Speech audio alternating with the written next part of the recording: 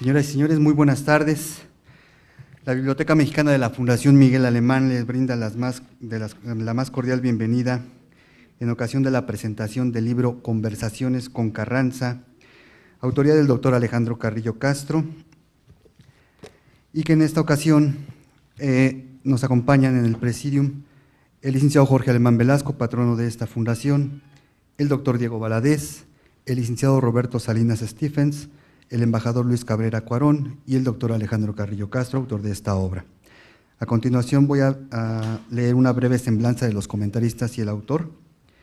El licenciado Roberto Salinas Stephens es licenciado en Administración de Empresas, egresado de la Universidad Iberoamericana, egresado del Georgetown Leadership Seminar, clase 1988, director general y socio del Grupo Editorial Expansión, socio y miembro del Consejo del Economista, en el que fungió como coordinador de los consejos y comités editoriales, subdirector general de protección al salario del Instituto del ISSSTE en la administración del doctor Alejandro Carrillo Castro.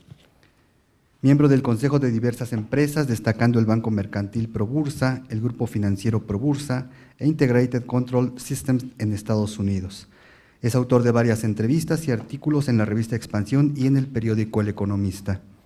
Fue profesor de talleres de administración en la carrera de Administración de Empresas y titular del Seminario de Canales de Distribución en la Maestría de Administración de la Universidad Nacional Autónoma de México. Ha sido asesor de diversos funcionarios públicos como el secretario de Industria y Comercio, el subdirector de CONASUPO, el subsecretario de Industrias Paraestatales y jefe del equipo de transición del señor Luis Ernesto Derbez. Actualmente es presidente y fundador de la empresa de consultoría México Consulting Partners, donde actualmente trabaja. Embajador Luis Cabrera Cuarón, actualmente director general y socio fundador de la firma Cabrera Cuarón y Asociados SADCB, consultoría, representaciones, comercio exterior, intermediación financiera. El embajador Cabrera es licenciado en Derecho por la UNAM, obtuvo una maestría en Relaciones Internacionales en el Instituto Internacional de Administración Pública en París, Francia, y es miembro de carrera del Servicio Exterior Mexicano. Entre sus principales actividades profesionales, ha ocupado diversos cargos en la Secretaría de Relaciones Exteriores y en las embajadas de México, en Francia y Bélgica, profesor investigador en la Universidad Autónoma Metropolitana, director de Asuntos Internacionales, CEPAFIN, director de Asuntos Internales del CONACYT, consejero comercial de México en la Unión Soviética y en el Reino Unido, director general de Promoción de Inversión Extranjera en la Secretaría de Comercio y Fomento Industrial, ministro en la Embajada de México en Washington, titular de los Consulados Generales de México en Berlín, en Phoenix, en Sao Paulo y en San Diego con rango de embajador, embajador de México en Sudáfrica, concurrente en 11 países del sur de África. Doctor Diego Valadez, doctor en Derecho por la Universidad Complutense de Madrid, autor, entre otros, de los siguientes libros: La dictadura constitucional en América Latina, La Constitución reformada, Constitución y política, El control del poder, Constitución y democracia, Problemas constitucionales del Estado de Derecho, El gobierno de gabinete y la parlamentarización de los sistemas presidenciales. Es miembro del Colegio Nacional, del Colegio de Sinaloa, de la Academia Mexicana de la Lengua y de la Academia Mexicana de Ciencias y vicepresidente de la Sociedad Europea de Cultura. Es investigador del Instituto de Investigaciones Jurídicas de la Universidad Nacional Autónoma de México y miembro del Sistema Nacional de Investigadores. En el sector público ocupó, entre otros cargos, el de embajador de México en Guatemala, subsecretario de Regulación Sanitaria de la Secretaría de Salud, secretario general de Coordinación Metropolitana del Distrito Federal, procurador general de Justicia del Distrito Federal, procurador general de la República y ministro de la Suprema Corte de Justicia.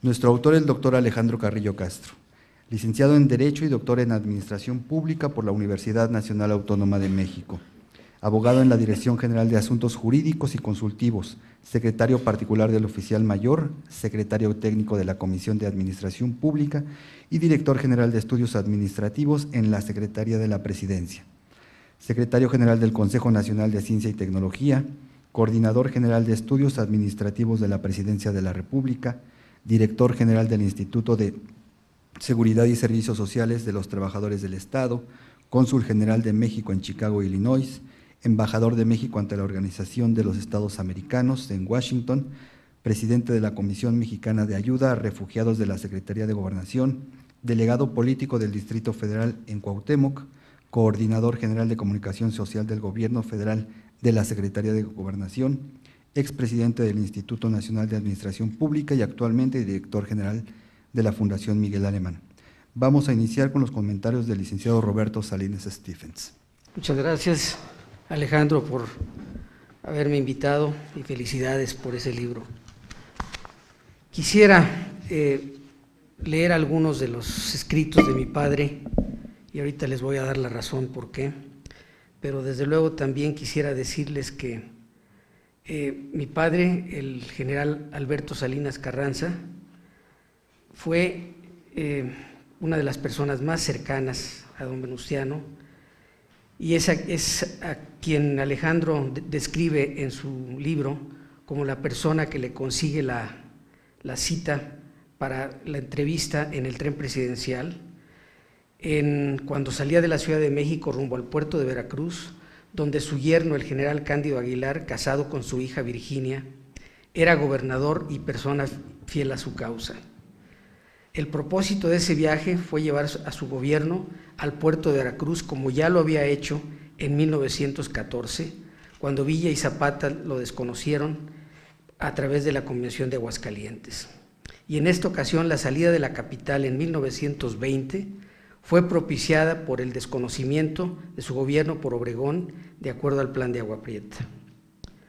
Don Venustiano fue tío y tutor de mi padre, e hijo de doña María Carranza de Salinas, la hermana menor de don Venustiano. Mi padre formó parte del Estado Mayor en el movimiento constitucionalista y durante la presidencia fundó y estuvo a cargo de los talleres de aviación, los establecimientos fabriles y militares, hoy conocidos como la industria militar, así como la Fuerza Aérea Mexicana. Hoy, por cierto, es reconocido como uno de los pioneros de la aviación mundial al haber obtenido su licencia de piloto en 1912, la número 172 del mundo y primera otorgada a un mexicano. También por haber realizado destacadas actividades en la aviación civil y militar, como lo fue el primer bombardeo aéreo en el mundo a una fragata federal en la bahía de Topolobampo, realizado por una escuadrilla a su mando. Quizá el testimonio más relevante de la relación cercana que tuvo con don Venustiano está en esta fotografía del primer jefe, que tiene una dedicatoria que dice: a mi sobrino, el capitán Alberto Salinas, ayudante mío en el Estado Mayor, a quien estimo por sus cualidades, por su patriotismo y por su valor. Lo firma don Venustiano Carranza en Hermosillo, Sonora, en diciembre 10 de 1912. Por cierto, esta foto también aparece en el libro de Alejandro. Tal y como lo describe el libro de Alejandro, mi padre no pudo acompañar en ese viaje a don Venustiano Carranza porque tenía órdenes de desmantelar las máquinas que fabricaban armas y municiones de los establecimientos fabriles y militares. Él salió por tren unos días después en la estación de Buenavista hacia Veracruz, con la maquinaria y con otros documentos relacionados con los establecimientos fabriles y militares. Al salir, fuerzas obregonistas al mando del general Jacinto B. Treviño atacaron el tren, hirieron de gravedad a mi padre y fue hospitalizado. Cuando recobró el conocimiento en el hospital, se enteró que su tío había sido asesinado en Tlaxcalantongo, que estaba bajo arresto y que le esperaba un juicio militar. Para escapar lo ayudó su madre, con quien intercambió ropa y así pudo burlar la guardia que vigilaba el hospital. Como pudo, viajó a San Antonio, Texas, para unirse al grupo rebelde encabezado por el general Francisco Murguía, y unos meses más tarde se levantaron en armas contra Obregón. Cruzaron la frontera unos 170 hombres armados a caballo y en la sierra de Tepehuanes fueron atacados y derrotados por tropas obregonistas al mando del general Gonzalo Escobar. En el combate murió mi tío Leopoldo, hermano menor de mi padre, y los sobrevivientes fueron hechos prisioneros. El general Escobar, quien era amigo de mi padre, recibió órdenes telegráficas para hacerles un consejo de guerra por desertores y fusilarlos. Sin embargo, meses atrás mi padre se había dado de baja en el ejército. Sabiendo esto, el general Escobar le dijo: Alberto, tengo en mis manos órdenes para juzgarte y fusilarte, pero estas órdenes las voy a recibir dentro de 2 horas. Así le salvó la vida a mi padre, quien después de este incidente estuvo exilado en el Perú por los siguientes 10 años.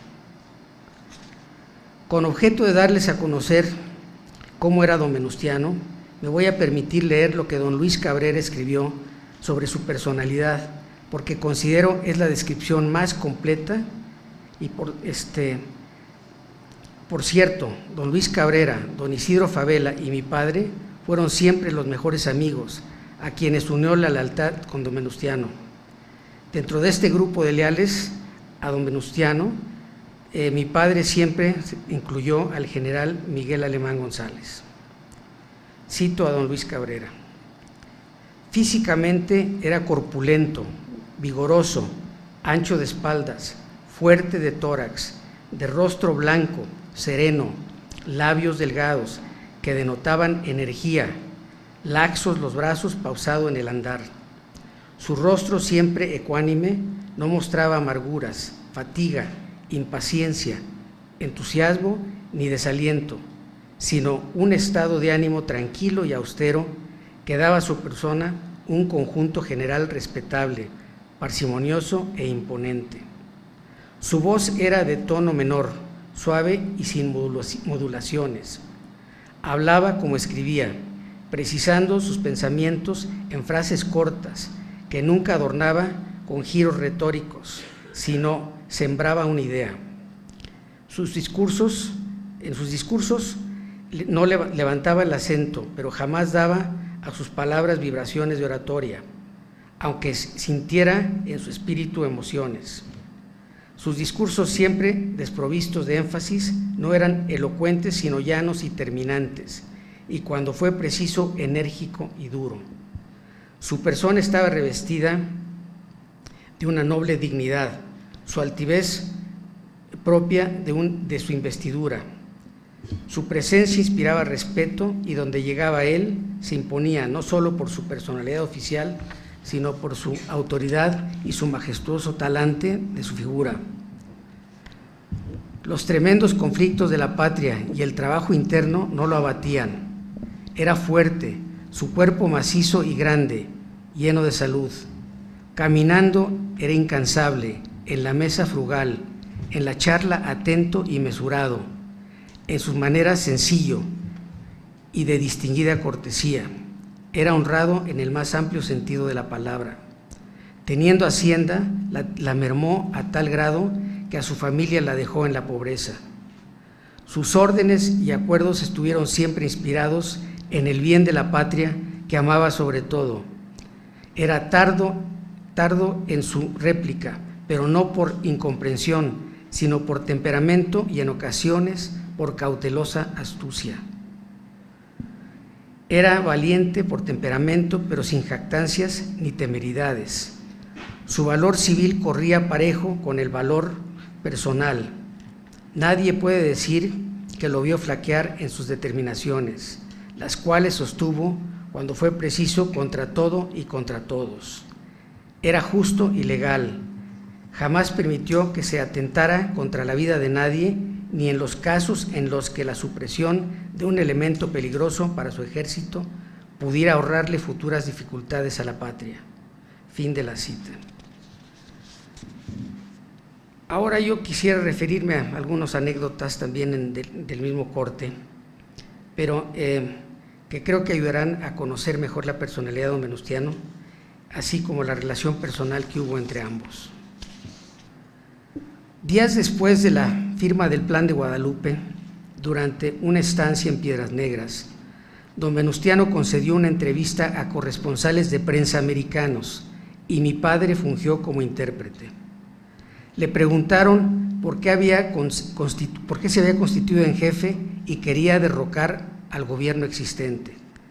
Asimismo, le cuestionaron haber mandado una misiva fuerte al entonces presidente Taft, por su apoyo a Huerta. Don Venustiano empezó a su vez haciendo una pregunta sobre quién era el jefe militar de mayor rango en Washington. Le respondieron que era el general Leonard Woods, y luego les preguntó qué harían si el general Woods entrara a la Casa Blanca, hiciera prisionero al presidente y al vicepresidente y luego los fusilara. La respuesta fue obvia.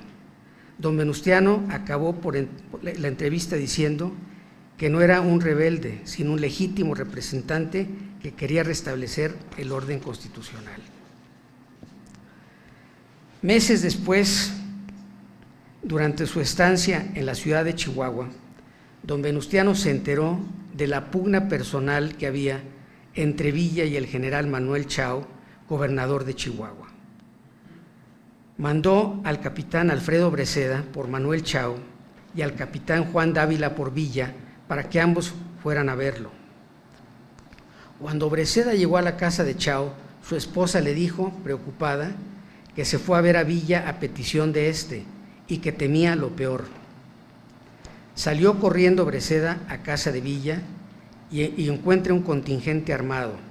Entra y le dice a Villa que don Venustiano lo quiere ver inmediatamente y lo lleva a la oficina de este en la casa Camberos. Mi padre, para entonces capitán, recibe a Villa y lo lleva con Carranza. Villa entra casi rugiendo y le dice: ya está fusilado, señor. Es un reaccionario y desde hace tiempo merecía la pena. Don Venustiano pregunta: ¿quién está fusilado? Y entonces la respuesta de Chao, y contesta que Chao. Carranza se levanta del asiento y camina hacia Villa y le dice: ¿quiere usted decir que ha fusilado al gobernador del estado estando yo en la capital? Este contesta: sí, señor, era necesario y ya está hecho. Y le dice don Venustiano: hace unos días me comentó usted que dejaría de ser el bandido que siempre ha sido para convertirse en un revolucionario digno de sus triunfos militares.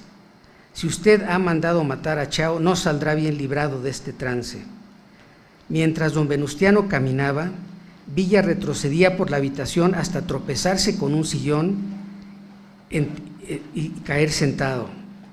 Mi padre, quien había dejado la puerta entreabierta y había visto todo, llama al capitán Jesús Valdés Leal y ambos desenfundan sus pistolas sin que Villa los viera. Villa, quien no esperaba esta reacción de don Venustiano, le dice: bueno, jefe, no se enoje usted, Chao no ha sido fusilado, he dado las órdenes, pero cuando iban a ser cumplidas, fui llamado por usted y aquí estoy. Carranza entonces le ordena dar la contraorden y manda llamar al capitán Valdés. Primero Villa se queda callado. Carranza le vuelve a decir: dé usted la contraorden. Villa la da y Valdés sale corriendo a llevar el mensaje al cuartel de Villa. Horas después entran los generales Maclovio Herrera, Tomás Urbina y Trinidad Rodríguez a ver al primer jefe. Platican unos minutos y después salen muy contrariados.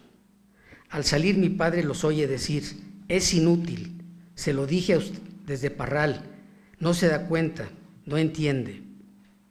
Esa noche hay una cena en el Teatro de los Héroes en honor de don Venustiano, y este no se separa de Villa al grado tal que después de la cena lo lleva en su coche a su casa. Ya en la residencia, don Venustiano le pregunta a mi padre: ¿qué se dice por ahí? Y responde: todos notamos con extrañeza las atenciones que tuvo con Villa durante la cena. A lo que Carranza comentó: es que no saben que esta tarde vinieron a verme para proponer el asesinato de Villa durante la cena, y les dije que si algo le pasaba, los haría a ellos responsables. Mi padre entonces le dio, entre comillas como lo escribió él, el abrazo más fuerte que había dado en su vida. ¿Sabría Villa que Carranza le había salvado la vida esa noche? Durante mucho tiempo esto solo lo supieron los generales que fueron a proponer el asesinato a don Venustiano y mi padre, quien escribió estas palabras. Después del triunfo del movimiento constitucionalista sobre las tropas federales al mando de Victoriano Huerta, el general Jesús Carranza Garza, hermano de don Venustiano, fue comisionado para inspeccionar y llevar a cabo el licenciamiento de tropas constitucionalistas en el estado de Oaxaca. En diciembre de 1914, el general Alfonso Santibáñez tomó prisionero en San Jerónimo, Oaxaca, a don Jesús Carranza, junto con una pequeña escolta en la que se encontraba su hijo, el teniente Abelardo Carranza, y su sobrino, el capitán Ignacio Peraldí Carranza. A cambio de su liberación, Santibáñez le mandó un telegrama a don Venustiano Carranza al puerto de Veracruz pidiéndole oro y pertrechos militares. Este telegrama fue recibido por mi padre cerca de la medianoche en el edificio de Faros. Lo leyó y se lo llevó al cuarto habitación de don Venustiano, quien estaba dormido. Tocó la puerta, lo despertó y le dijo que tenía un telegrama urgente que entregarle. Pasó. Don Venustiano se incorporó en la cama, se puso las gafas y leyó el texto 2 veces. Pasados unos minutos, le dijo a mi padre: esta posibilidad ya la habíamos previsto Jesús y yo, y los dos acordamos cuál debería ser la respuesta. Ambos se quedaron viendo mutuamente. Mi padre, conmovido, vio reflejado tristeza en los ojos de don Venustiano y pensó en su tío Jesús y en sus primos Ignacio y Abelardo. Unos días después, el general Santibáñez fusiló a los 3. Para terminar, quisiera referirme a una frase que don Venustiano expresó en agosto de 1916, cuando se llevó a cabo la huelga ilegal que los trabajadores de la Federación de Sindicatos Obreros del DF estallaron, dejando sin servicios de energía eléctrica a toda la población en la Ciudad de México y por ende sin agua y transporte público eléctrico.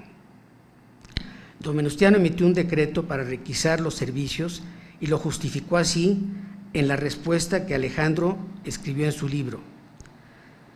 Desde aquella época no tenía yo empacho alguno en señalar que los trabajadores son solo una parte de la sociedad y que ésta no existe únicamente para ellos, pues también existen otras clases cuyos intereses no les es lícito violar, porque sus derechos son tan respetables como los derechos de la clase obrera.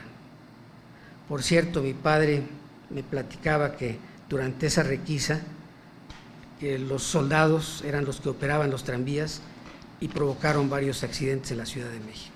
Muchas gracias.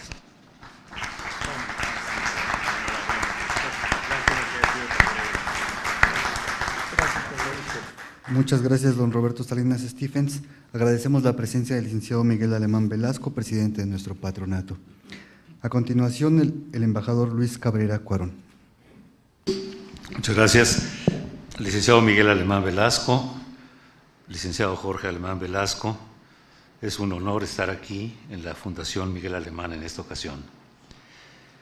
Agradezco profundamente a mi amigo, el doctor Alejandro Carrillo Castro, la invitación para hacer algunos comentarios en ocasión de la presentación de su libro Conversaciones con Carranza.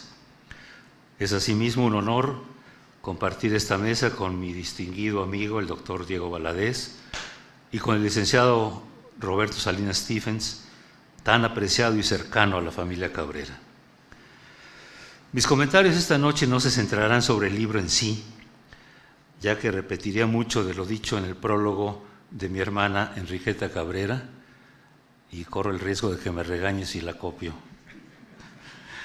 Sin embargo, sí deseo destacar el gran mérito que tiene esta obra para difundir de una manera amena y con gran sencillez, claridad y agilidad los pormenores de la patriótica lucha que de 1913 a 1920 encabezó el más importante y lúcido prohombre de la Revolución, don Venustiano Carranza.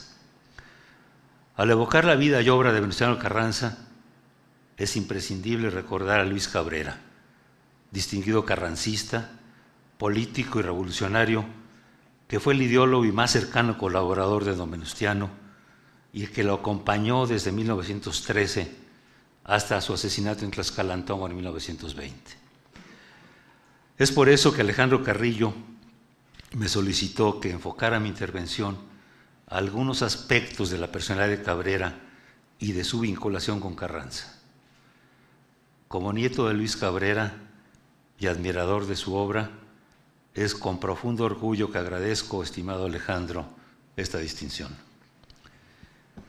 No podría en esta semblanza de Luis Cabrera ceñirme solo al ámbito de su relación con don Venustiano Carranza, sin abordar la faceta personal y familiar que es indisoluble de la del hombre público, así como algunas anécdotas.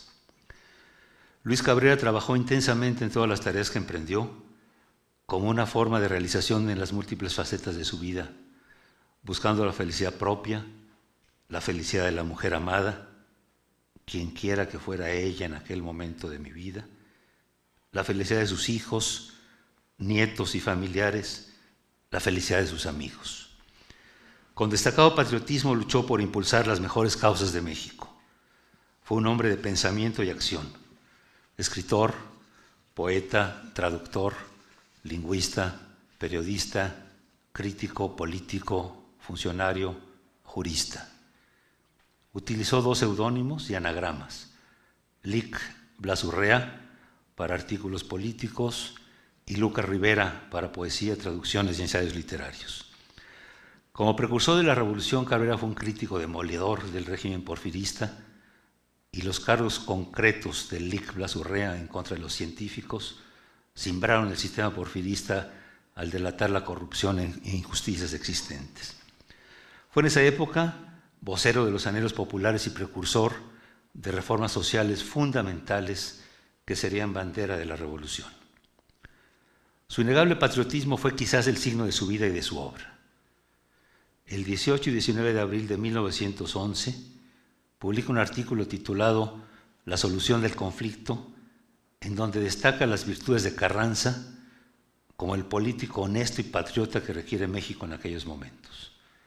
Fue así Luis Cabrera el primero en descubrir al hombre que más tarde habría de ser el jefe de la revolución y el futuro presidente de la República. De la misma manera, como lo recuerda Luis Barrón en su libro sobre Carranza, también en abril de 1911, don Venustiano recomendaba a su hija Julia la lectura de todos los artículos escritos por Luis Cabrera sobre la situación del momento político del país. Sin conocerlo, era claro que seguía de cerca el pensamiento de quien se convertiría en su más cercano consejero e ideólogo, y a quien muchos llamarían el cerebro de la revolución. Fue este sentido patriótico compartido el que hizo que ambos personajes se conocieran y se vincularan para enfrentar las más ingentes tareas de la revolución y de la construcción del México emanado de este profundo movimiento social. El 27 de abril de 1911, Cabrera publica una carta abierta a Madero, en donde premonitoriamente le advierte del riesgo de violencia que se corría de no adoptarse las necesarias reformas sociales que el pueblo anhelaba. El 20 de julio de 1911, Cabrera publicó un visionario artículo titulado La revolución es la revolución, frase que se hizo famosa. Afirmaba que las revoluciones son revoluciones, es decir, estados críticos de las sociedades y constituyen situaciones anormales.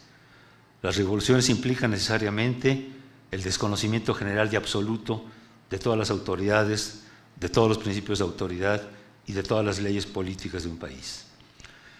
Destaca Cabrera asimismo que la revolución tiene 2 etapas perfectamente definidas: la etapa destructiva o propiamente revolucionaria y la etapa reconstructiva. Estaba convencido de que las reformas verdaderamente trascendentales para la vida de los pueblos nunca se han logrado sino en las épocas de lucha por medio de la fuerza. Hagamos primero las reformas, decía, implantémoslas desde luego y más tarde las incorporaremos en la Constitución. Así pensaba Cabrera, así lo dijo a Madero y así actuó Carranza posteriormente. En los 3 documentos mencionados, Cabrera diagnostica los principales problemas políticos y sociales por los que atraviesa México y destaca la necesidad de encauzar el movimiento revolucionario con un programa de reformas sociales, adopción de leyes, reformas políticas y económicas que deberían desembocar en una nueva Constitución. Como bien señala Alejandro Carrillo en su libro, el discurso de don Venustiano Carranza en Hermosillo el 24 de septiembre de 1913 es de la mayor importancia y marca el rumbo de la segunda etapa de la Revolución, después de la lucha armada que convocó el Plan de Guadalupe, a través de reivindicaciones y reformas sociales, hasta crear una nueva Constitución. Es clara la convergencia entre las directrices que fija Carranza y las tesis de los 3 artículos de Luis Cabrera de 1911 ya citados y conocidos por don Venustiano. Cabrera apoya el Plan de Guadalupe, marzo de 1913, y se une a Carranza precisamente en Sonora en septiembre de 1913. Luis Cabrera fue diputado en la 26 legislatura de Madero y promovió en 1912 una iniciativa para la reconstitución y dotación de ejidos a los pueblos, base de la reforma agraria y de la ley del 6 de enero de 1915, de la cual fue autor ya con Carranza.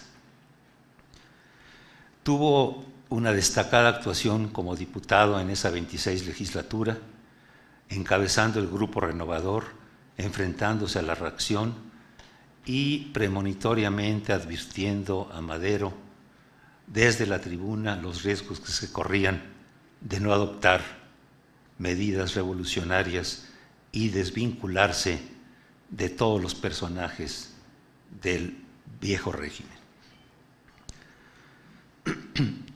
Como diputado en dicha legislación, menciono que forma el Grupo Renovador y en una serie de debates se enfrenta al famoso cuadrilátero formado por distinguidos diputados de la reacción que eran Olaguíbel, Lozano, García Naranjo y Querido Moeno.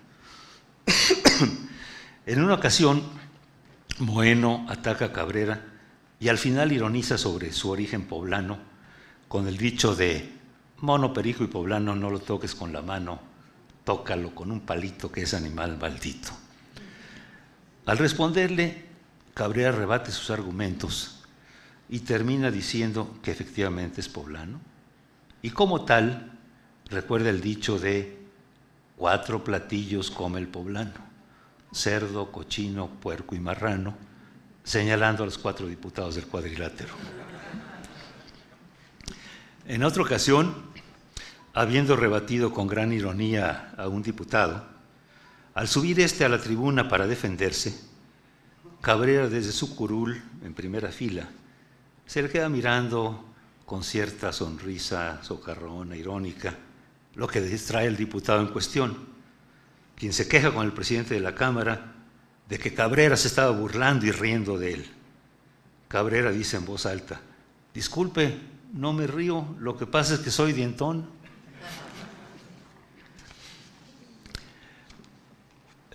Fue colaborador de invariable lealtad hacia Carranza desde 1913 hasta su último día en Tlaxcalantongo. Consejero cercano de don Venustiano, participó en numerosas medidas, negociaciones, decisiones y redacción de leyes de singular trascendencia. Como secretario de Hacienda hizo famosa otra de sus frases: el dinero hay que tomarlo donde lo haya. Adoptó las valientes medidas para decretar la desaparición de todas las emisiones de papel moneda con que se había hecho la revolución, creando un nuevo sistema monetario, acabando con la enorme deuda que hubiera pesado por décadas sobre el pueblo mexicano y fijando nuevas normas para la economía del país. Cabrera era, al igual que Carranza, un convencido civilista. No aspiró nunca a ocupar encumbrados puestos. Era considerado como el más ilustre civil dentro de la justa revolucionaria. Reconoció el mérito de los hombres de acción que empuñaron las armas y tuvo entrañables amigos militares, como el general Alberto Salinas Carranza. Pero con firmeza negaba al militarismo el derecho de convertirse en árbitros del destino del país. Durante la Convención de Generales y Gobernadores en México en 1914, después de la renuncia de Carranza como primer jefe, Cabrera se dirigió a la misma diciendo: Estamos sin jefe. Nuestro país no tiene en estos momentos una cabeza que lo gobierne. Yo propongo a ustedes que para sustituir a don Venustiano Carranza en el puesto de primer jefe del ejército constitucionalista encargado del Poder Ejecutivo, nombremos al gran ciudadano Venustiano Carranza. La convención nombra nuevamente a Carranza por aclamación. Durante dicha convención, Cabrera se enfrenta a los militares que le niegan méritos revolucionarios a los civiles y les dice: yo solo he batido más hombres con la pluma que vosotros con el rifle, y no tengo como vosotros una escolta o un estado mayor que me guarde las espaldas. La convención se traslada a Aguascalientes y no acepta civiles. Villa desconoce a Carranza. Zapata nunca lo había reconocido. La ambición militarista se ha gestado, apoyada en los méritos en campañas militares, y no parará hasta Tlaxcalantongo.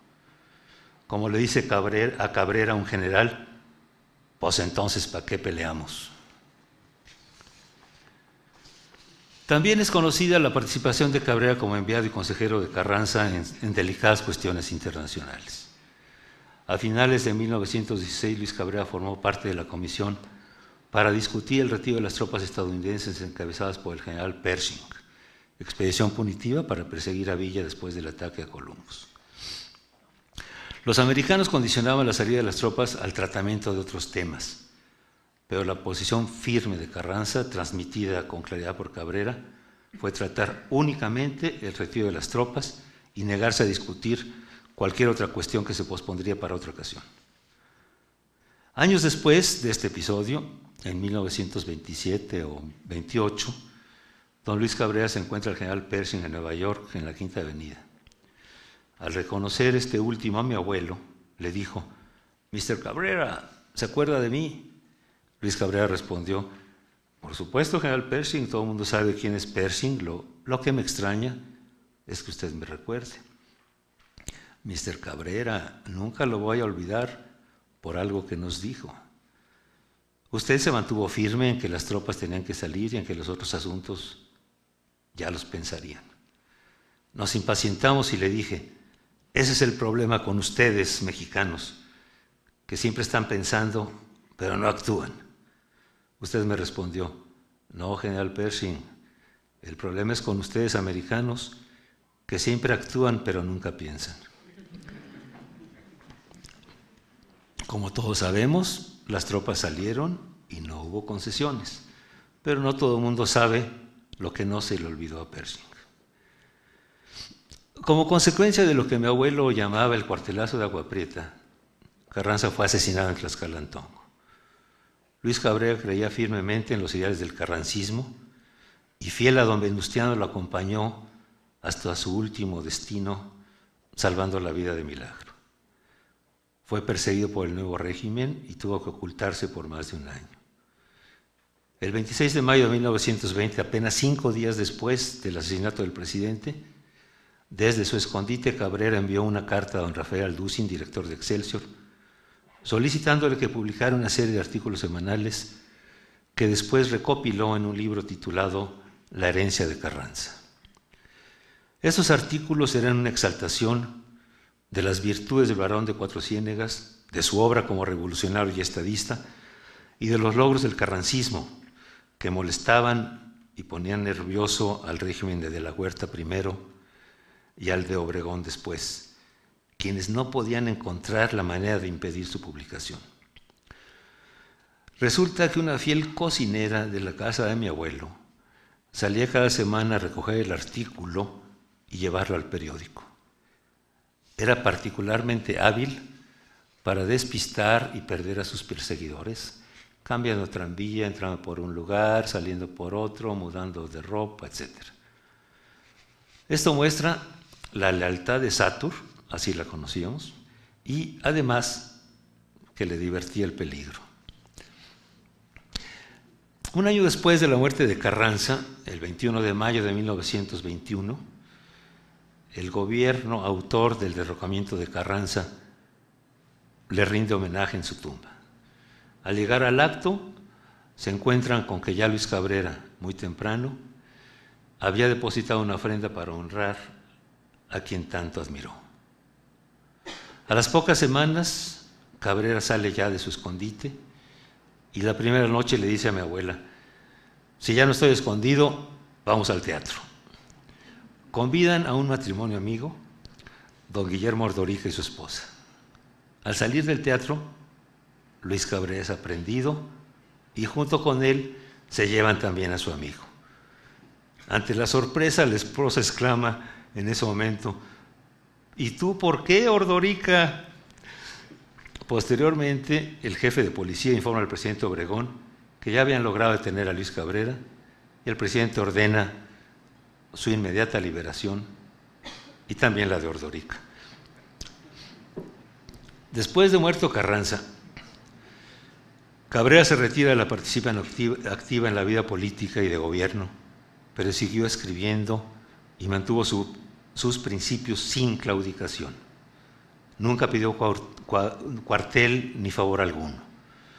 Fue un fuerte e incisivo crítico del obregonismo, del callismo y del cardenismo. Sin embargo, cuando Calle solicitó su apoyo en la redacción de estudios y notas diplomáticas en momentos de gran presión de Estados Unidos por la expedición de la Ley del Petróleo en 1927, Cabrera colaboró patrióticamente a pesar de haber sido perseguido por aquel régimen. Cuando Cádiz le preguntó por el monto de sus honorarios, Cabrera contestó: por servir a la patria no se cobra. Todos los subsiguientes presidentes lo consultaban en algún momento, hasta su muerte en 1954. Con talento exaltó los principios de la revolución defendidos y mantenidos por el carrancismo y criticó duramente sus desviaciones, lo que le valió en 1931 un viaje de ida gratuito a Guatemala, cortesía del entonces presidente y compadre suyo, Pascual Ortiz Rubio. Luis Cabrera había cometido la imprudencia de dar una conferencia en la Biblioteca Nacional titulada El balance de la revolución, que él mismo calificó de indiscreta, porque, como afirmaba, decir en voz alta lo que todos están pensando en silencio es la más imperdonable de las indiscreciones. Constituye una condena de la hipocresía del silencio.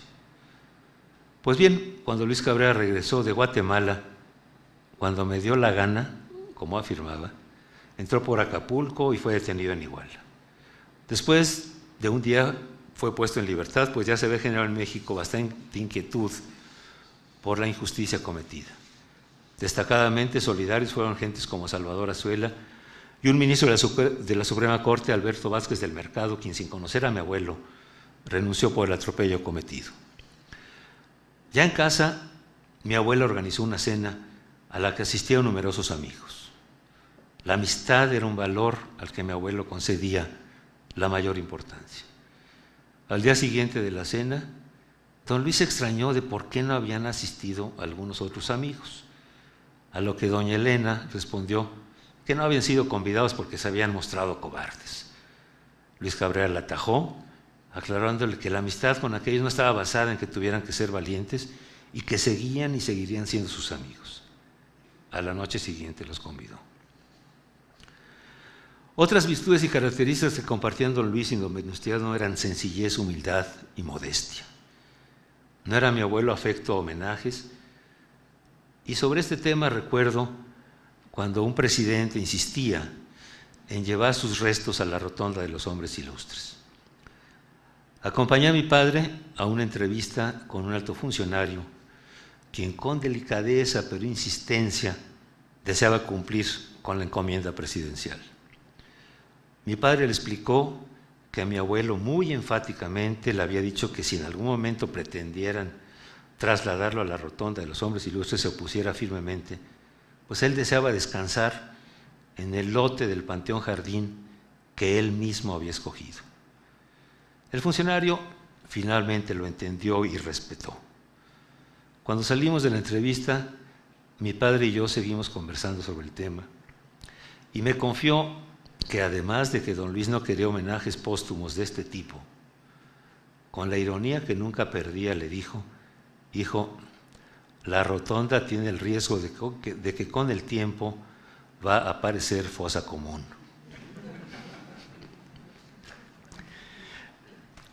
Tuvo Luis Cabrera un profundo conocimiento de la historia, de la geografía y de los problemas de su patria. Sus palabras premonitorias y conceptos visionarios sobre el México que tanto quiso hacen que muchos de sus escritos pudieran resultar de gran actualidad. Como decía Luis Cabrera, los problemas no podrán resolverse mientras estudien con hipocresía, hablando para la galería y pensando en la manera de conseguir una colocación o de obtener una curul o de escalar un puesto. México ha acometido y resuelto muchos de sus problemas antes que otras naciones, pero eran otros tiempos y otros varones.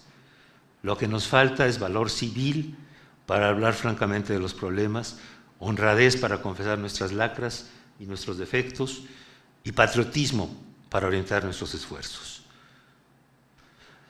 Cuán faltos estamos en estos tiempos de aquellos varones, de su patriotismo, de su valor civil, de su visión, de su entrega y generosidad. La admiración, respeto y lealtad que tuvo por Carranza, un hombre de la talla de Luis Cabrera, realzan aún más el tamaño de la figura del varón de Cuatro Ciénegas y la magnitud de su obra. Cuánta falta hace la difusión de aspectos fundamentales de nuestra historia con la edición de libros como el que hoy se presenta. Recordar a hombres como Venustiano Carranza, como Luis Cabrera, además de un espíritu de justicia, tiene un significado político. No perdamos la esperanza de que al recordar a estos prohombres, su ejemplo de patriotismo, talento y generosidad nos marque el camino a seguir y podamos decir, como señaló Luis Cabrera ante la tumba de Carranza en 1927, y tú, varón esforzado y magnánimo, que supiste consagrar tu existencia a la patria y dar la vida por un ideal, duerme tranquilo en la seguridad de que tu sacrificio no será estéril. Muchas gracias.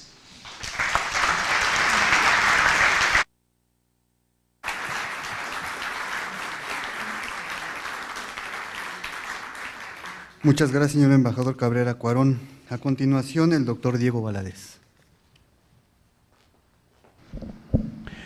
Estoy convencido de que ustedes, al igual que yo, habríamos preferido seguir escuchando al licenciado Salinas y al embajador Cabrera, porque nos han dado dos hermosas lecciones de historia y lo único reprochable es que hayan sido tan breves, porque nos habría interesado pasar aquí la velada escuchándolos solo a ellos y hablando solo de esos maravillosos personajes a quienes se refirieron. Pero la dinámica de una presentación de un libro es otra, y me toca ahora hablar agradeciendo previamente la generosa hospitalidad de don Miguel y de don Jorge Alemán, y agradeciendo reiteradamente esta oportunidad de hablar de una obra suya a don Alejandro Carrillo. Me toca otra vertiente de la obra. He querido fundamentalmente destacar los aspectos de relevancia constitucional que aparecen en este trabajo de don Alejandro Carrillo, haciendo una precisión previa. Aun cuando formalmente la obra es un diálogo imaginado, en realidad es un profundo análisis histórico y psicológico de un personaje cuya grandeza ya ha sido destacada en esta mesa. El hecho de ser un diálogo y el hecho de corresponder a circunstancias imaginadas no lo priva de verosimilitud.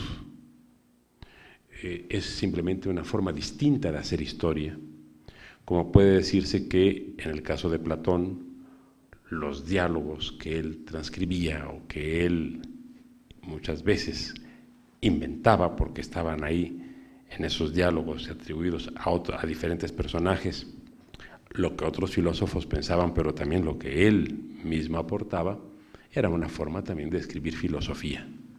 De manera que esta manera constructiva de comunicar no va en desmedro, en forma alguna, de lo que se está comunicando. Y todo cuanto nos dice Alejandro Carrillo es, sin duda alguna, cierto. Nos puede dar el panorama que nos ofrece gracias a muy diferentes y afortunadas circunstancias convergentes. En primer lugar, él es un gran admirador de la historia de México y un gran conocedor de nuestro proceso histórico. Pero también es un gran conocedor del proceso del poder. Está familiarizado con él, puede decirse que desde la cuna, porque su ilustre padre, don Alejandro Carrillo Marcor, fue uno de los personajes más sobresalientes del México en el que le tocó vivir.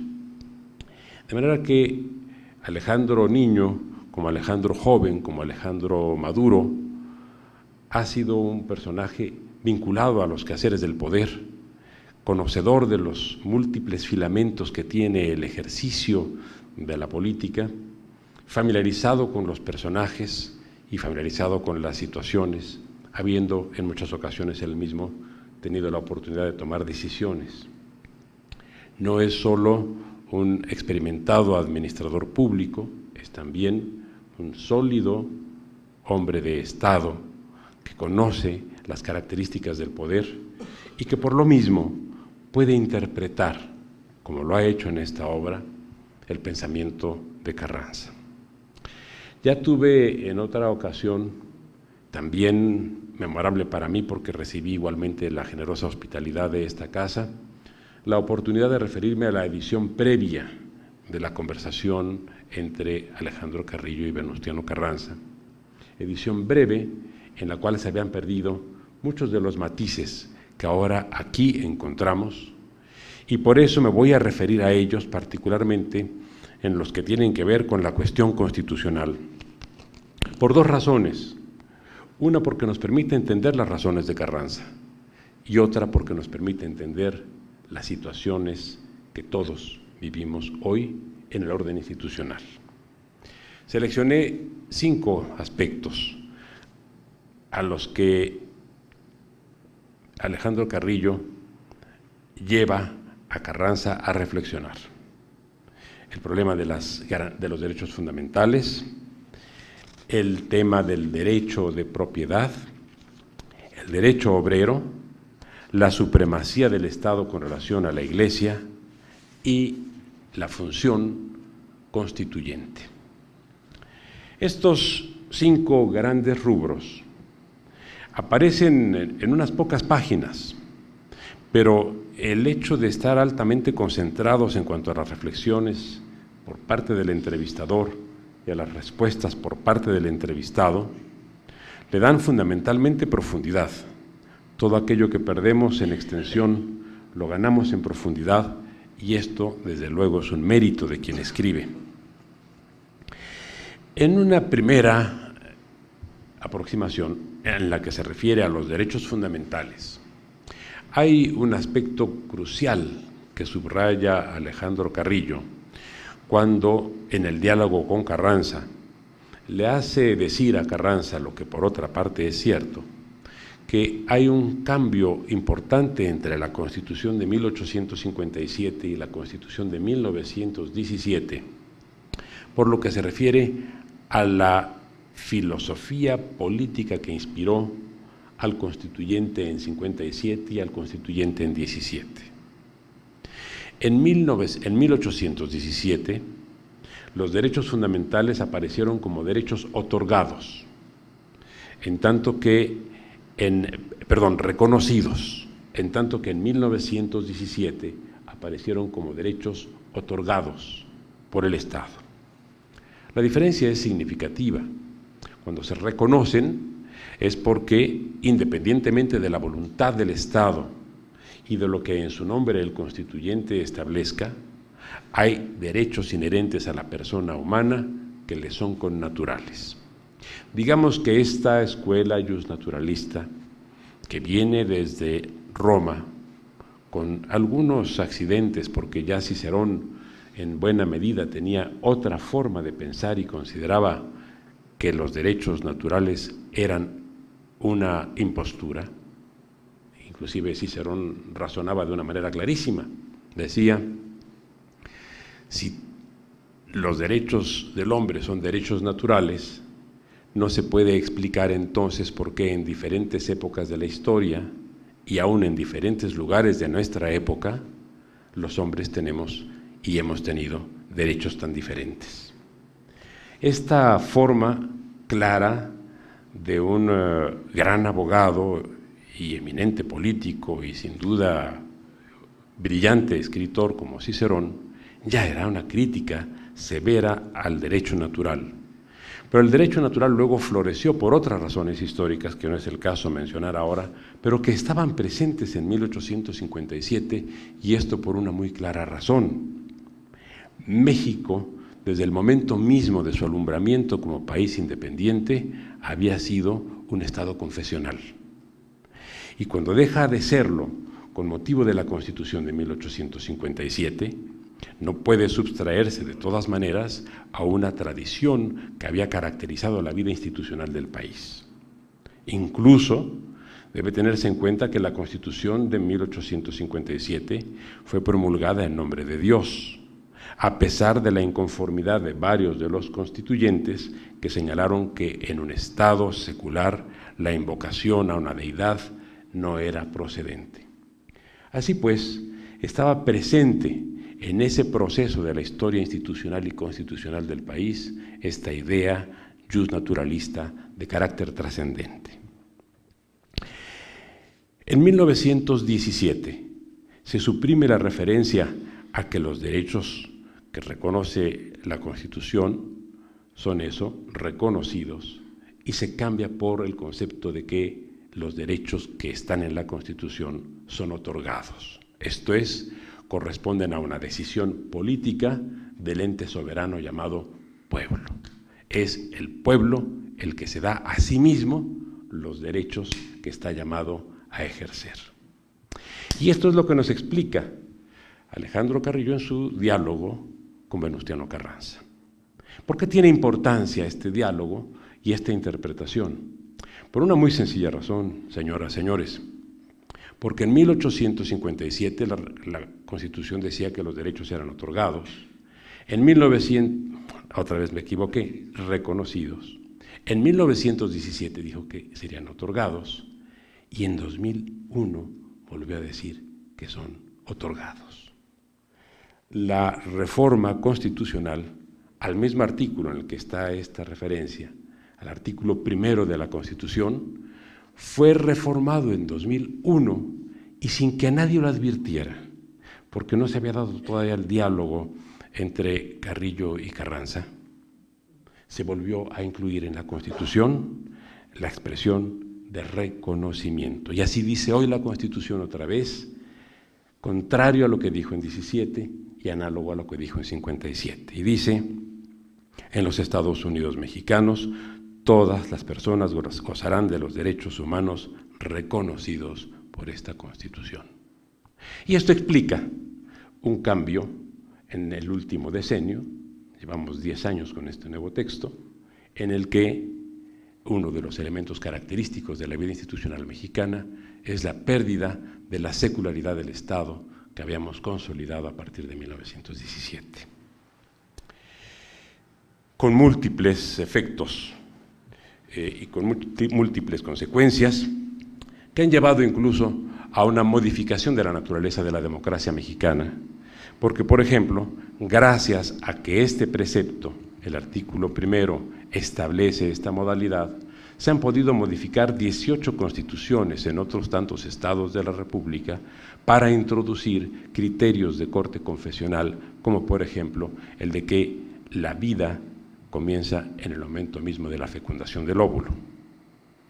Con lo cual, por otra parte, hemos recogido otra vez un trasunto del viejo Estado autoritario, porque ahora en 18 estados del país la maternidad es compulsiva, es obligatoria, es una imposición del Estado, ya no es una decisión libre de la persona que sí podía tomarse cuando se consideraba que los derechos eran estatuidos por el Estado en representación de la soberanía de la nación. Segundo tema, el derecho de propiedad. También sobre esto se produce un interesante diálogo entre Carranza y Carrillo. Un diálogo conforme al cual Alejandro Carrillo plantea al primer jefe y en ese momento presidente de la República cuál es la diferencia entre lo que establece la Constitución de 1917 con relación a lo que había establecido la de 1857 y en particular el Código de Minería de 1884, aprobado conforme a lo dispuesto por la Constitución de 57. En 57 la Constitución decía, en su artículo 27, la propiedad de las personas no puede ser ocupada sin su consentimiento, sino por causa de utilidad pública y previa indemnización. Aquí se produce también un giro importantísimo en 1917, porque aparece nada menos que el concepto de la propiedad de la nación, y entonces se dice: la propiedad de las tierras y aguas comprendidas dentro de los límites del territorio nacional corresponde originariamente a la nación, la cual ha tenido y tiene el derecho de transmitir el dominio de ella a los particulares, constituyendo la propiedad privada, y agrega: la nación tendrá en todo tiempo el derecho de imponer a la propiedad privada las modalidades que dicte el interés público. Es un concepto radicalmente diferente del que está presente en 1857. Y conversando sobre esto, el joven abogado que dialoga con el experimentado presidente le consulta que cuáles van a ser los efectos de esta nueva disposición constitucional con relación a la anterior y a su ley reglamentaria, repito, el Código de Minería. Y allí Carranza, desde luego, advierte lo que ya era efectivamente muy sensible en el momento mismo en el que él murió y que se acentuó en los años inmediatamente siguientes: la gran inconformidad de las empresas que habían invertido considerables cantidades de recursos en la adquisición de bienes inmuebles, seguros de que estaban siendo también propietarios de todo lo que estaba en el subsuelo. Y no se tenía en este caso, por otra parte, la limitación en cuanto a la extensión y profundidad de ese subsuelo. No ocurría, permítanme ustedes recordar una simpática anécdota, bueno, simpática de acuerdo como se la quiera ver, pero Molière tuvo el infortunio de vivir en una etapa de la vida francesa en la que, a pesar de que ya se había dado la guerra de los 30 años, de que ya se había dado la paz de Westfalia, de que ya se había dado un incipiente proceso de secularización, todavía vivió en los efectos de un Estado que tenía altos niveles de dependencia con relación al clero. Y el clero prohibía en la época de Molière que los cómicos pudieran ser enterrados en tierra, sepultados en tierra sagrada. Cuando muere Molière, a poco de haber escenificado El enfermo imaginario, su viuda va a ver al obispo de París y le dice pues que solicita una excepción, porque Molière no solamente había sido un actor, había sido también un gran poeta y un gran dramaturgo. El obispo se niega, la esposa va a ver al rey Luis XIV, Luis XIV se conmueve, llama al obispo y el obispo le dice: las razones son estas, sire, y no se puede violar la ley. Y entonces el rey le dice: bueno, ¿y la tierra sagrada qué profundidad tiene? Y entonces el obispo le dice: 4 metros, sire. Muy bien, pues hagan un hoyo de 5 y pongan ahí a Molière. Bien, pero esto no lo preveía nuestra disposición, no estaba en el Código de Minería, de manera que la posibilidad de explotar el subsuelo era amplísima y sin reservas hasta que viene la reforma la nueva Constitución y el nuevo artículo 27 en 1917. Allí lo que se ve es la reivindicación del derecho de la nación para recuperar todo lo que está en el subsuelo, y con una peculiaridad: aplicando esta decisión de manera retroactiva, porque una de las características de las constituciones es su retroactividad. La Constitución prohíbe la retroactividad de las leyes ordinarias en perjuicio de persona alguna, pero las constituciones mismas suelen modificar las relaciones sociales y jurídicas preexistentes, de manera que en el momento en el que se produjo el cambio de la Constitución, el gran debate que se produjo fue acerca de si sería o no retroactivo el efecto de lo que disponía, y por supuesto la decisión fue en el sentido afirmativo, sí se podía. Derecho obrero. Aquí el diálogo entre el joven abogado que entrevista y el presidente que responde se centra fundamentalmente en el discurso de Hermosillo, pero también en el reconocimiento por parte del presidente de México, reconocimiento que por otra parte había hecho en diferentes expresiones previas, acerca de las grandes aportaciones que el Partido Liberal Mexicano había formulado en 1906 al plantear el reconocimiento al salario, el reconocimiento al descanso, la necesidad de regular las horas de trabajo, la prohibición del trabajo infantil y el derecho de huelga.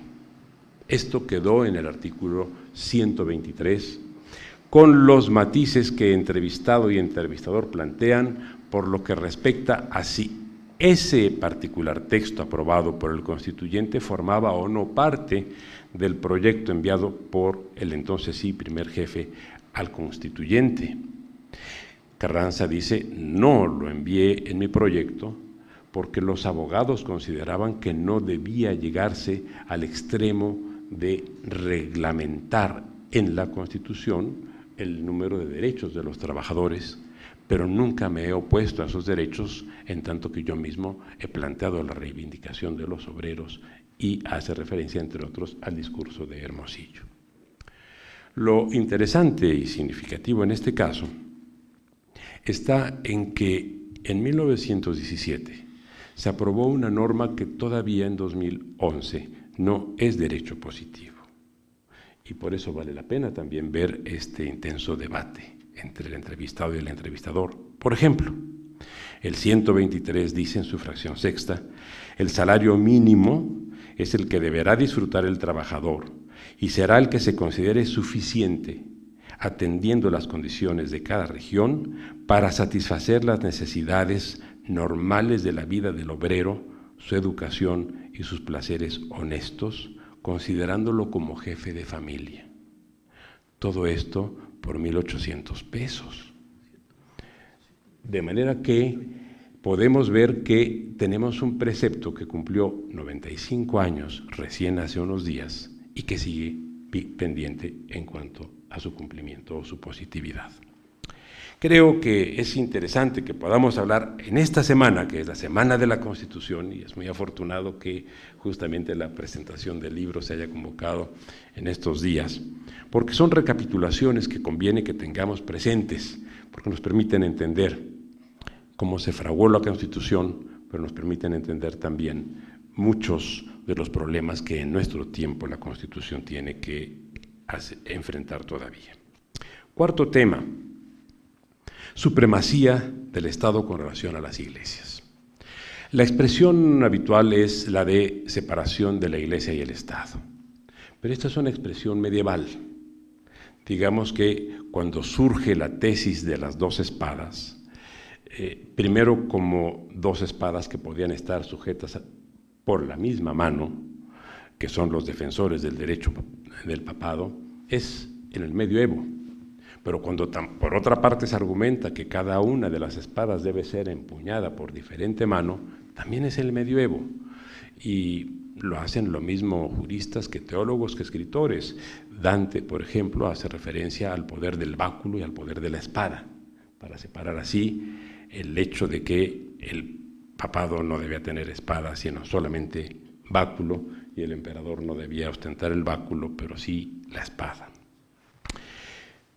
En nuestro tiempo, el dilema no es el de una separación de Iglesia y Estado, es la supremacía clara del Estado con relación a la Iglesia, porque no se trata de dos órdenes equiparables.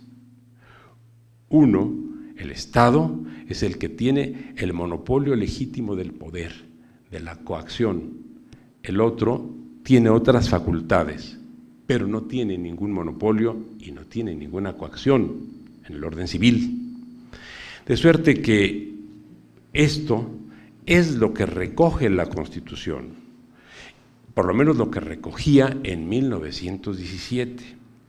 Aquí nos encontramos con que también hay una diferencia importante entre 1917 y 1857, y se dan algunas de las expresiones más lapidarias por parte tanto del entrevistado cuanto del entrevistador. Dice, por ejemplo, el entrevistado, Carranza: aquí también los constituyentes fueron mucho más allá de lo que decía la Constitución Liberal de 1857. Y entonces redarguye el entrevistador y dice: la Iglesia no existe jurídicamente para el Estado mexicano, a lo cual replica el presidente: así de claro. O sea, coincide. Repito, la expresión es: la Iglesia no existe jurídicamente para el Estado mexicano. ¿Y por qué ocurría esto? Bien, porque en 1917 la Constitución dijo, en su artículo 130, la ley no reconoce personalidad alguna a las agrupaciones religiosas denominadas iglesias, con lo cual daba un paso adelante con relación a lo que había hecho la Constitución de 1857, que se había limitado a suprimir la referencia en uno de sus preceptos en cuanto a que la religión de México y del Estado era la católica, con prohibición de cualquier otra iglesia o de cualquier otra religión. Se suspende o se elimina esta referencia, se establece y se entiende que ese ya es el inicio del Estado liberal, pero por otra parte del Estado nacional, porque deja de ser un Estado confesional para convertirse en un Estado secular. Pero en 1917 se va más adelante y se dice: la ley no reconoce personalidad alguna a las agrupaciones, que es lo que en la entrevista Alejandro Carrillo expresa con la frase: la Iglesia no existe jurídicamente para el Estado mexicano.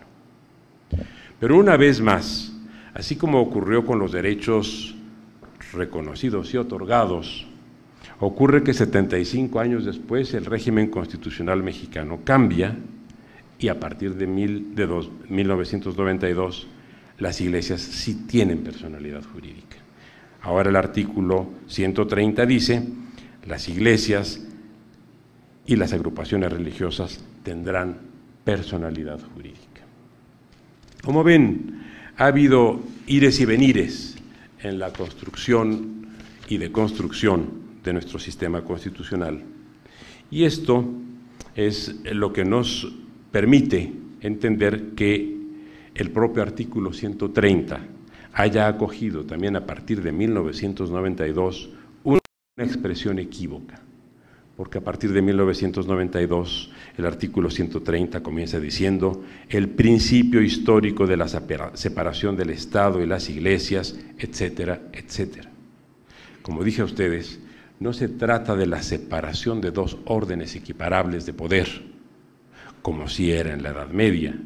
Se trata de que en un Estado, en este o en cualquiera otro, no puede haber ningún orden de autoridad equiparable o subtraído a las decisiones del Estado, sean estas del carácter que se quiera. Podemos calificarlas en el orden ético o descalificarlas en ese mismo orden, pero el ordenamiento jurídico de un Estado siempre es aquel que tiene la posibilidad de imponerse en el nivel extremo, incluso de manera coactiva. Última consideración, y con esto termino, porque también es otra de las referencias que nos deja don Alejandro Carrillo en voz de Venustiano Carranza. Hay un punto en el que Venustiano Carranza dice: la Constitución establece los mecanismos que permiten adoptar las reformas que vayan demandando las circunstancias por las que atraviese el país en épocas futuras. Aquí Carranza no hace sino reconocer en las palabras que él le atribuye, pero con todo fundamento histórico, don Alejandro Carrillo, lo que ya se venía diciendo desde el siglo XVIII. El propio Rousseau, cuyos textos fueron invocados en los primeros procesos constituyentes del siglo XVIII y luego del XIX, señalaba que cada generación tenía derecho a determinar su propia forma de organización y a establecer su propia constitución. Esto es lo que nos deja como legado, y con esto concluyo, esta obra, desde el punto de vista constitucional, de Alejandro Carrillo y de su interpretación en cuanto al pensamiento de Venustiano Carranza. Venustiano Carranza, contrario a lo que en algunas ocasiones se ha dicho que protagonizaba una corriente de pensamiento conservador dentro de la Revolución, y hemos visto claramente por las conferencias previas de don Luis Cabrera y de don Roberto Salinas, no era de ninguna manera así. Era un hombre cauto, prudente, conocedor de los diferentes procesos del poder y de los riesgos de usarlos hasta su extremo, o hasta sus posibilidades límite, pero él sabía que la fuerza de cambio de una sociedad no puede ser detenida por una generación en perjuicio de generaciones sucesivas. Dejó abierta la posibilidad de las reformas, y esto ha sido, por supuesto, uno de los factores que han permitido que hoy tengamos una Constitución de 95 años, como fue también lo que nos permitió que tuviéramos una Constitución de 60 años, la de 1857, porque fue la primera Constitución mexicana que previó reglas de actualización, esto es, que permitió su reforma. Las reformas, las constituciones previas, incluida la primera de 1824, determinaban su irreformabilidad de manera categórica o por lo menos por largos periodos, o la dificultaban a tal extremo que solo permitían que la reforma se llevara a cabo propuesta por un Congreso pero aprobada por otro Congreso diferente. En el caso del 57, la Constitución se volvió reformable y esto le dio estabilidad. En el caso de la de 17, la Constitución también es reformable, como lo dice Carranza y corrobora Alejandro Carrillo, y esto le ha dado estabilidad. Solo que también hay circunstancias en las que cambia la naturaleza de una sociedad política y puede no encontrar en la Constitución una respuesta completa y satisfactoria para todos los requerimientos que demanda el Estado en las condiciones en las que se quiere que ese Estado funcione, conforme a un concepto distinto de democracia que se puede tener en el siglo XXI y que no se tenía desde luego en 1917. En 1917 primaba la necesidad de la reivindicación social, como hoy prima la necesidad de la recuperación democrática. Así pues, esta obra de Alejandro Carrillo y este fructífero diálogo que sostiene con Venustiano Carranza nos ilustran acerca del contexto en el que Carranza vivió, pero también nos dejan ver que Carranza no es un hombre del pasado, es un hombre del presente y es un hombre que también habrá que tener, junto con Alejandro Carrillo, presente en el futuro. Muchas gracias por su atención.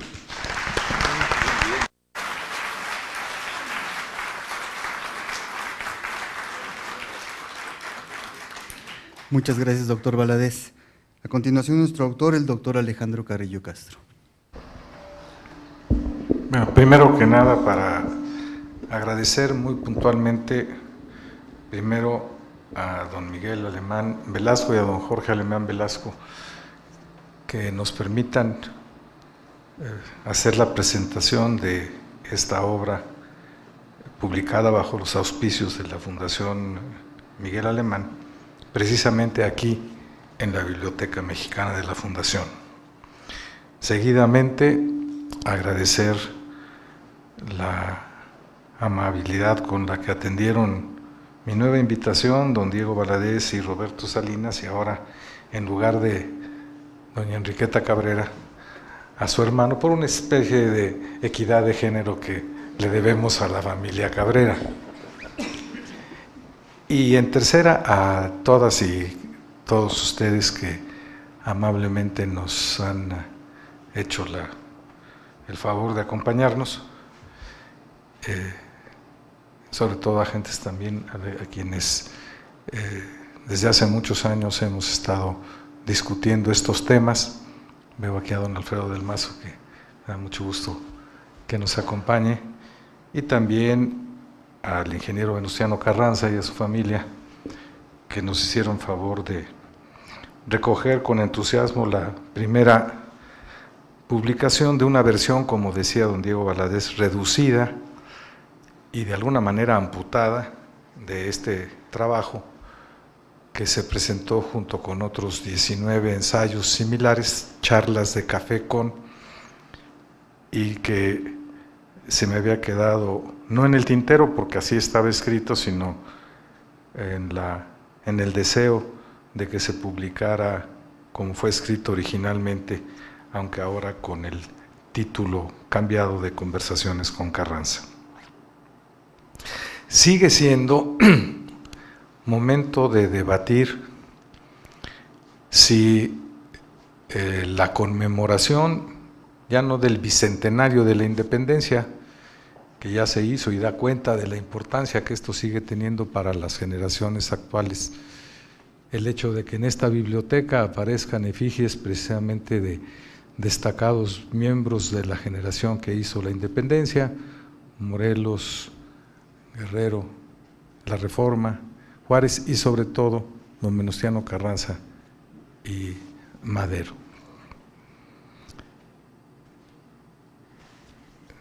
Para todos fue muy cuestionable, o para algunos por lo menos, la forma en que se conmemoró por parte del gobierno el centenario y el bicentenario de la independencia. Muchos no supimos qué hacía el famoso dragón ondeando sobre las calles de México, un dragón que, si quiso en algún momento ser Quetzalcóatl, pues no tenía nada que ver en la conmemoración de 1810. Que yo sepa, ni Hidalgo ni Morelos ondearon dragones cuando abanderaron el movimiento de independencia, ni tampoco que ese gran monigote que también se construyó para pasearlo por las calles de México, que curiosamente se parecía, y voy a decir una anglosajonada, of all people, a Benjamín Argumedo, que era precisamente lo contrario a los héroes de la revolución. En fin, pero desde entonces se discutía que si la mejor manera de conmemorar el bicentenario y sobre todo el centenario de la revolución no era sino haciendo un repaso de dónde veníamos para entender en dónde estábamos, pero sobre todo, como aquí se ha dicho por Diego Valadez, para saber hacia dónde podemos estarnos dirigiendo hacia el futuro. Como el propio Carlos Fuentes decía, solo el que sabe de dónde viene entiende por qué está donde está y sabe hacia dónde puede estarse dirigiendo con vías de posibilidad. A mí me encargaron José Iturriaga, que fue el coordinador de esta serie, que hablara sobre algún personaje, él pensando curiosamente que por ser hijo de sonorense me iba yo a abocar a tratar de platicar o con Álvaro Obregón, a quien Diego Valadez hace un momento decía, sus dos grandes personajes curiosamente encontrados al final de su vida de la revolución fueron Venustiano Carranza y Álvaro Obregón. Bueno, me decía, si no Álvaro Obregón, calles, otro sonorense. Bueno, de perdida tu tío abuelo, Adolfo de la Huerta. ¿Qué rayos haces escogiendo a Carranza? Tú no eres ni coahuilense, ni te conocemos esta proclividad hacia Carranza. Y la proclividad hacia la figura de Carranza, curiosamente se la debo a ese sonorense que fue mi padre, porque cuando hablaba de la Revolución Mexicana y durante muchos años dio cátedra en la Universidad Nacional Autónoma de México de Historia de la Filosofía Política de la Revolución Mexicana, enseñaba, y de ahí lo aprendí, que uno de los grandes vertebradores de ese movimiento en lo que toca al derecho y a las instituciones fue sin duda Venustiano Carranza. Eso explica el por qué haya yo invitado a comentar esta nueva versión del libro, que vuelvo a agradecerle al licenciado Alemán y a don Jorge el que me hayan autorizado que se publicara ahora en su versión completa.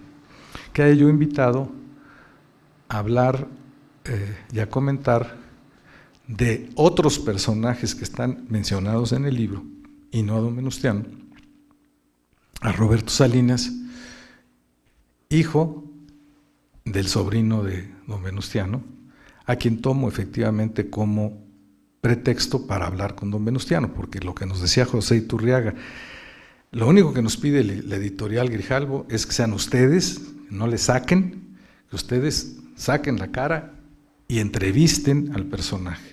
¿Cómo? Como se les dé la gana. Por eso es que yo tengo que inventar que soy un estudiante de la Universidad de Columbia, Nueva York, y se me ocurre que quien me puede dar cabida para platicar con Carranza es precisamente el papá de Roberto, a quien tuve la oportunidad de conocer en París cuando era el agregado militar de nuestro país en París en 1960, y en donde una de las cosas, me acuerdo muy bien, que más me llamó la atención de ese extraordinario personaje de la Revolución Mexicana también, que sin duda lo fue, el primer piloto mexicano que obtiene una licencia internacional. Si vamos al aeropuerto internacional, ahí está la figura precisamente del general Salinas Carranza. Pero en ese entonces, a los 19 años, junto con mi hermana Aurea, lo que más me llamaba la atención en el mundo era tocar la guitarra, igual que Roberto, y me llamó mucho la atención que cuando platicábamos con su papá decía, pues yo le hice a mi esposa la canción aquella de Chaparrita Cuerpo de Uva, ¿no? Siempre he tenido la idea de que la guitarra es un gran medio de vinculación social con personas interesantes. Y desde luego también a mi padre le debo que cuando daba la clase de Historia de la Revolución Mexicana, citaba la clasificación de don Luis Cabrera de lo que eran la diferencia entre una sonada, un cuartelazo, un golpe de Estado y una revolución. Siempre se me quedó en la mente que era importante, y sobre todo cuando para escribir este libro supe que precisamente esa definición de lo que es un cuartelazo, un golpe de Estado, una revolución y una sonada, la había dado don Luis Cabrera en una charla en Estados Unidos. Entonces ahí me permitió vincular todas estas ideas y se me antojó que sería muy prudente invitar precisamente a los nietos de don Venustiano, al nieto de Venustiano Carranza y al nieto de Luis Cabrera, para que nos contaran cómo casi 100 años después de que se produjo ese movimiento, las siguientes generaciones siguen pensando, siguen hablando y siguen considerando que vale la pena o no hablar de la revolución. Pero también de mi padre y de lo que he estudiado en lo personal, he aprendido que la historia de la revolución no solo fue, o la revolución no fue una lucha de personas, que es quizá lo que más llama la atención. Si se peleaba Carranza con Villa, Villa con Zapata, Obregón contra Carranza, Calles contra Obregón, Cárdenas contra Calles, sino que fundamentalmente la revolución también es una lucha de ideas, no solo de personas, lucha de concepciones de lo que es el mundo.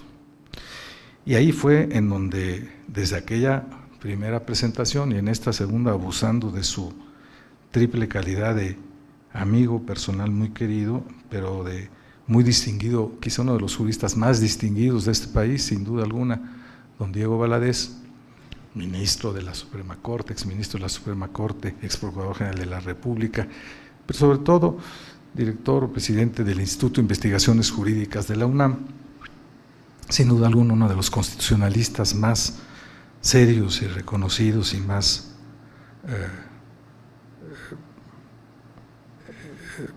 productivos con los que cuenta el país, y le rogué que me hiciera el enorme servicio de darme su opinión sobre esa parte en la que discuto con Venustiano Carranza los alcances de esos cambios que contiene, como cambios de ideas, como cambio de ideología, la Constitución de 1917, a los que él ya hizo referencia.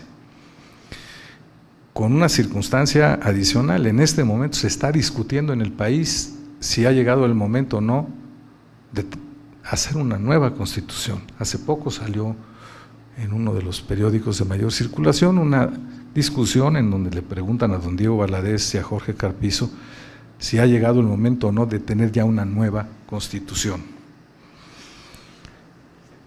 Si los más de 500 cambios que ha tenido la Constitución o reformas a la Constitución de 1917 la hacen ya una nueva Constitución,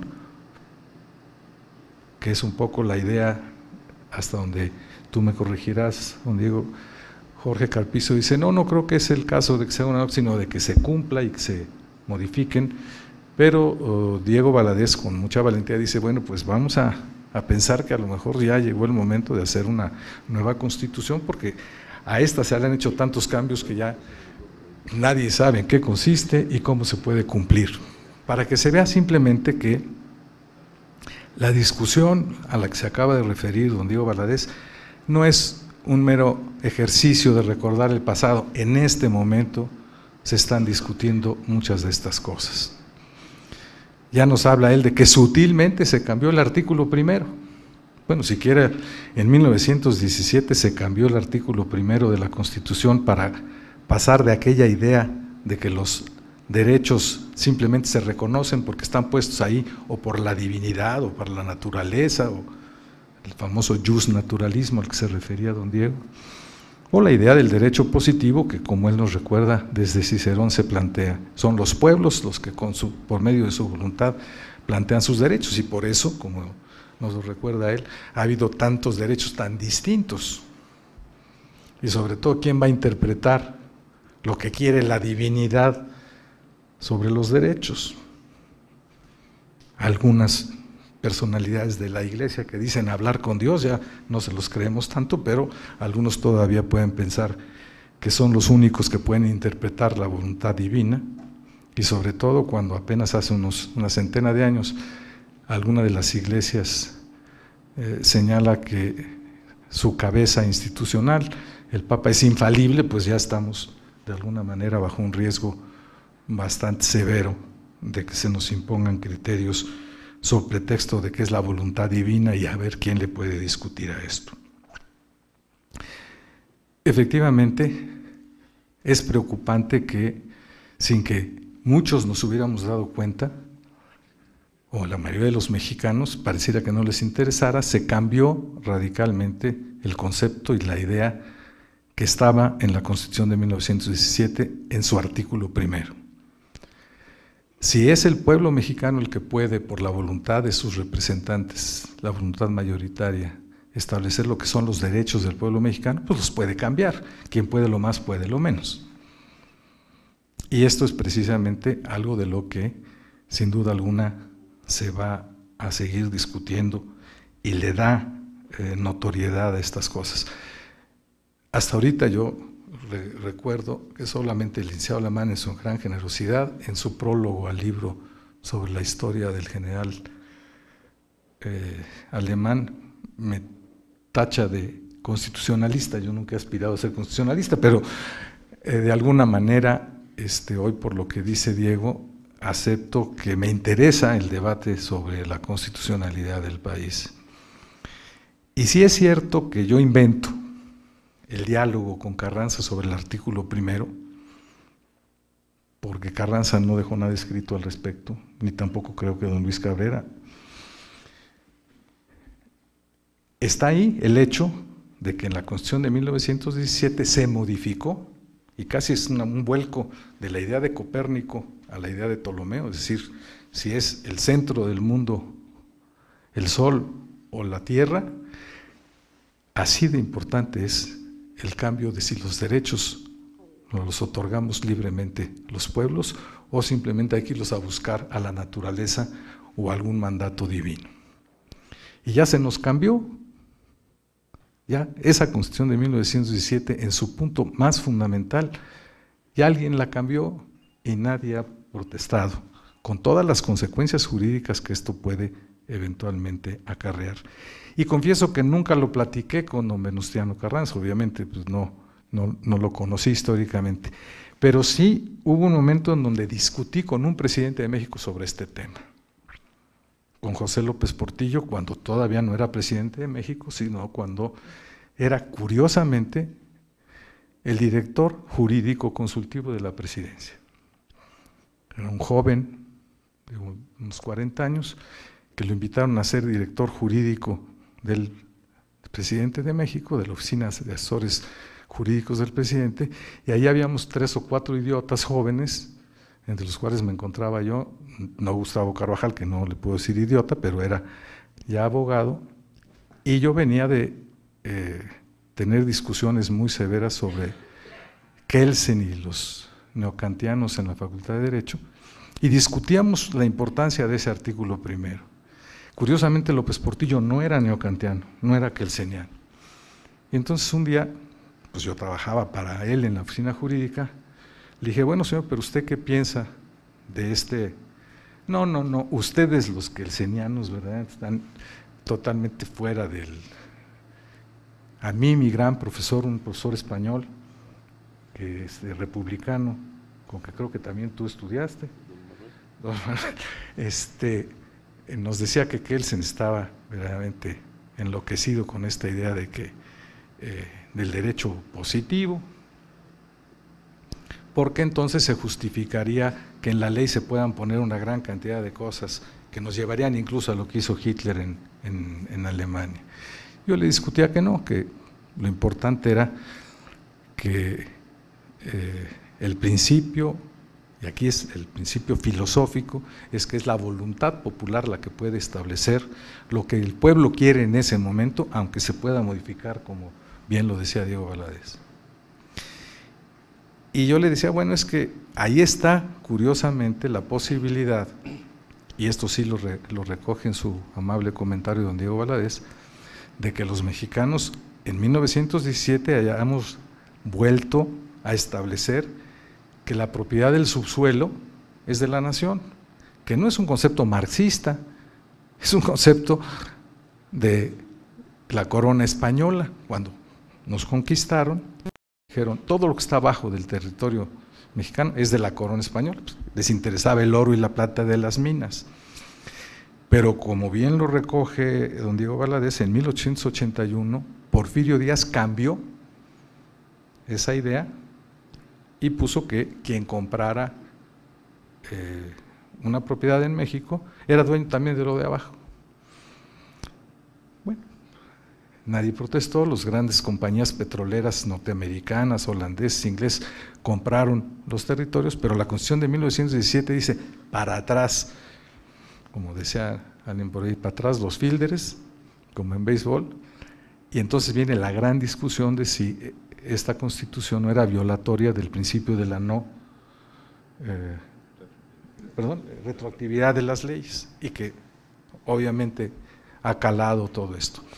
Pero lo refiero por una razón muy importante. Cuando yo le decía al licenciado López Portillo, en ese entonces director de Asuntos Jurídicos de la Presidencia, de no ser así, México no podría plantear que la propiedad en México, por razones de esa definición de nuestra Constitución del 17, le hemos querido dar una función social a la propiedad.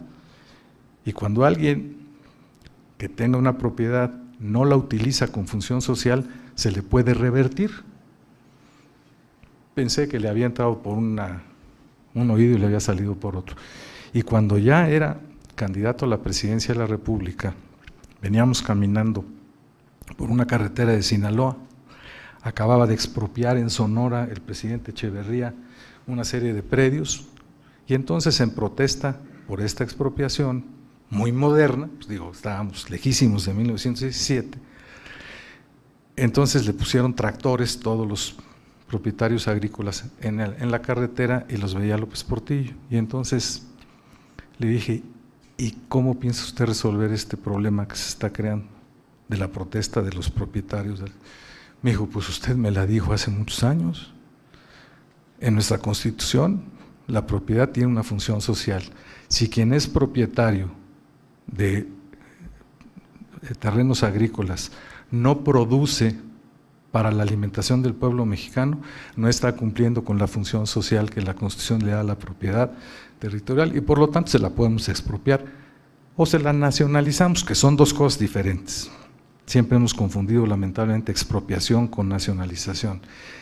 Y por eso cuando, independientemente si se está de acuerdo o no con ese hecho, López Portillo nacionaliza, expropia primero la banca privada y luego la nacionaliza, de alguna manera nunca, obviamente, nunca lo consultó, no se lo consultó ni a su secretario de Hacienda. Chucho Silva Gerso siempre dice, cuando le dije, ¿qué pasó? Pues dijo, no sé. Esto lo tomaron Carlos Tello, esta decisión la tomó Carlos Tello, Juan Ramón López Portillo, José Ramón López Portillo y él. Pero la base jurídica de ese tipo de decisiones está precisamente en la concepción que se tenía desde 1917 del artículo primero. Esto lo traigo a colación además para que se vea que sí, nunca platiqué con Carranza de las posibilidades que daba el artículo primero, pero sí lo hice con un presidente. Todas las demás cosas están en el libro, yo no los quiero aburrir más, pero sí creo que regresar a analizar la Constitución de 1917 en sus términos originales.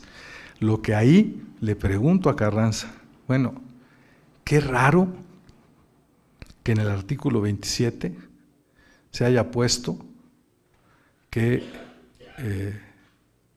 todo mexicano tiene derecho a pedirle tierras al Estado para trabajarlas. Un poco la tesis no de Zapata, porque se la adjudicamos a Zapata, pero en realidad la tesis de la tierra es de quien la trabaja, es de los Flores Magón. Pero bueno, se la atribuimos a Zapata. Y yo le pregunto, en algo que ya empezó a pasar desde la época en que fue presidente el licenciado Miguel Alemán, ya no había más tierra que repartir. ¿Qué va a pasar cuando ya no haya tierra que repartir si tenemos un artículo que dice que cualquier mexicano en cualquier momento puede pedir que le den tierra? Y entonces le hago decir a Venustiano Carranza, bueno, pues hasta que se acabe la tierra que se reparta y ya entonces a ver si alguien quiere cambiar la Constitución, y lo hizo Carlos Salinas. Carlos Salinas es el que se atreve finalmente a decir, bueno, ya se acabó el reparto, ahora entramos en otra etapa del aumento de la productividad, de lo que se quiera, pero ya eso se acabó. Y cuando le digo, bueno, ¿qué no fue un poco exagerado desaparecer jurídicamente a la Iglesia como persona jurídica? Pues sí, pero así lo quisieron los mexicanos de entonces. Y también en 1992, ya eso se echó para atrás. ¿Qué otras cosas más se van a echar para atrás o se van a modificar? Como lo dice el propio Diego Valadez, también en la Constitución está garantizado el derecho de que cada generación diga si está conforme con los derechos que están puestos en ella o llega el momento de irlos modificando. Esa es parte de la discusión actual que se tiene, con las tesis de los constitucionalistas que dicen, sí, pero hay cosas que no se pueden tocar, hay cosas que sí se puede tocar. Bueno, todo esto está debatiéndose en este momento en nuestro país, y uno de los grandes estudiosos y que tiene los alcances de un Luis Cabrera para mí, o de manera muy similar, es sin duda alguna Diego Valadez. Por eso lo invité a que viniera a platicar con nosotros. Por eso me atreví a pedirle a los licenciados Alemán que me dejaran sacar completo el texto que se había quedado trunco en la primera versión, porque sigo creyendo que es muy importante que las nuevas generaciones reflexionemos sobre estas cosas, porque tienen mucha importancia. No es nada más quítate tú para ponerme yo. No estamos debatiendo ahorita si debe de llegar una gente joven, una mujer, un hombre, si nos cae bien, si nos cae mal, sino que atrás de quienes llegan también las ideas que nos proponen. Y no es cierto que sean cosas del pasado. En este momento hay un gran debate nacional sobre qué es lo que tiene que ocurrir. Y yo creo que eso nos permite llegar el darle una repasadita ¿A qué pasó hace 95 años, cuando se cambió la Constitución de 1917?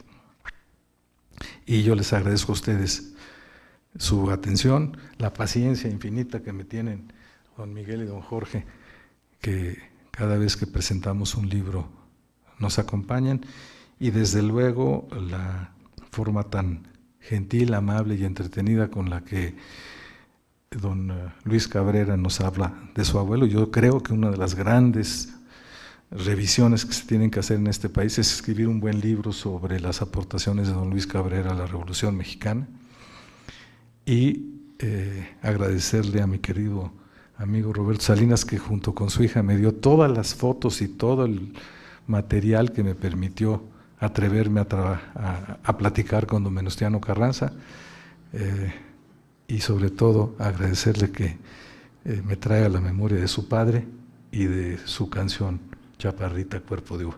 Muchísimas gracias a todos ustedes.